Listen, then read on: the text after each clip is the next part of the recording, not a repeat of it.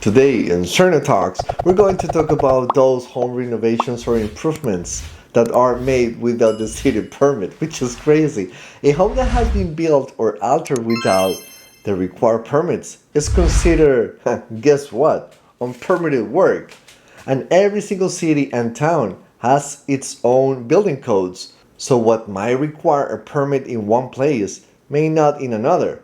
And a worst case scenario would be, let's say that you just purchased an incredible house, but a faulty electrical work caused a fire right after you close the property. So if that happens to you, your insurance company may find out that the fire was caused by unpermitted work. And if that's the case, then they might refuse to cover the damages because insurance companies are just like that. They just don't care. They just want money.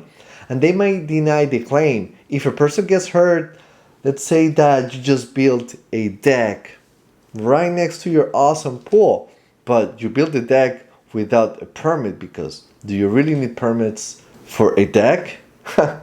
Just go and ask. And if someone slips and falls, and if you did the deck without permits, you are in big trouble because if you try to claim your insurance policy, you may be forced to go through a difficult and very expensive lawsuit process. And if you're looking for your ideal home or your dream home, it's very easy to fall in love with any renovated features such as an incredible kitchen or an awesome bathroom. Upon taking over as the new owner, you may find more features to increase the comfort of your life, of course.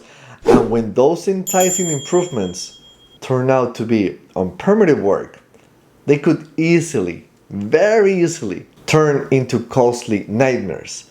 And just to give you an idea, the city of Hialeah is the perfect example of how creative property owners can be, as they do everything and more to their properties. I mean, they do everything. They even put toilets in the kitchen, which is insane. Just kidding. Well, not really.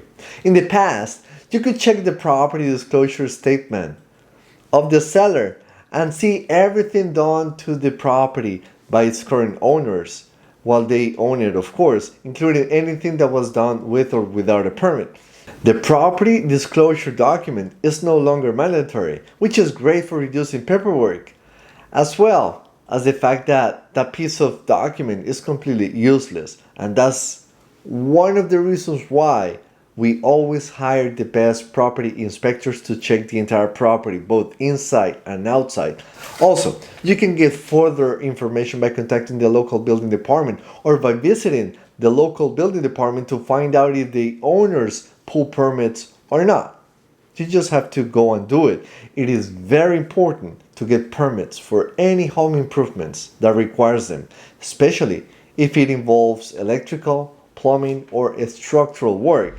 Yet, many homeowners skip the permitting process for many reasons. And one of them is because they say that it can be costly, time consuming, and it's just a waste of time. But it all depends on the city or county where you live.